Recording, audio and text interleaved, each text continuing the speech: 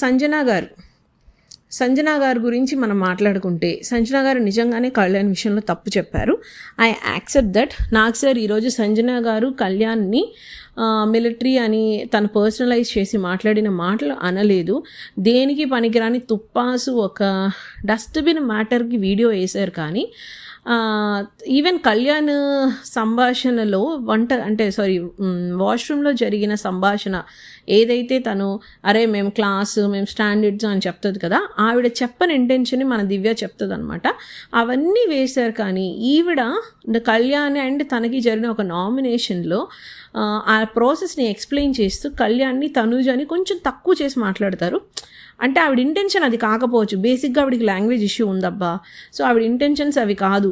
ఏదన్నా ఉన్నా పైకే అనేస్తారు. ఆవిడ ఆ ఇంట్లో ఉన్న వాళ్ళందరితో పోలిస్తే ఆవిడ టూ జెన్యూన్. కానీ అది అలా పోర్ట్రే అవుతుంది కదా.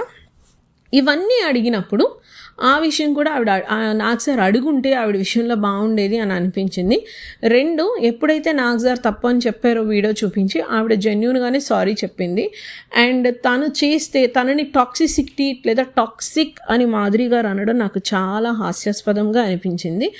బికాస్ అసలు అమ్మాయిల గురించి తక్కువ మాట్లాడడం, చప్పట్లు కొట్టి రెండు చేతులు కలిస్తేనే చప్పట్లు అని ఒక ముందు వారము ఒక అమ్మాయి గురించి క్యారెక్టర్ అసాసినేషన్ చేసి మాట్లాడిన మాధురి గారు జస్ట్ ఒక సాటర్డే సండే దివాళీ ఎపిసోడ్ తర్వాత అమ్మాయి సడన్గా డాటర్ ఎలా అయిపోయింది, ఆ ఇంట్లో అందరికన్నా ఇంపార్టెంట్ ఎలా అయిపోయింది, ఈవిడ అమ్మాయిలా అయిపోయింది, ఈవిడకి ఆమె పాప ఎలా అయిపోయిందో తెలీదు. అలాంటి ఒక మనిషి సంజన గారిని టాక్సిక్ అనడం అనేది హాస్యాస్పదంగా ఉంది.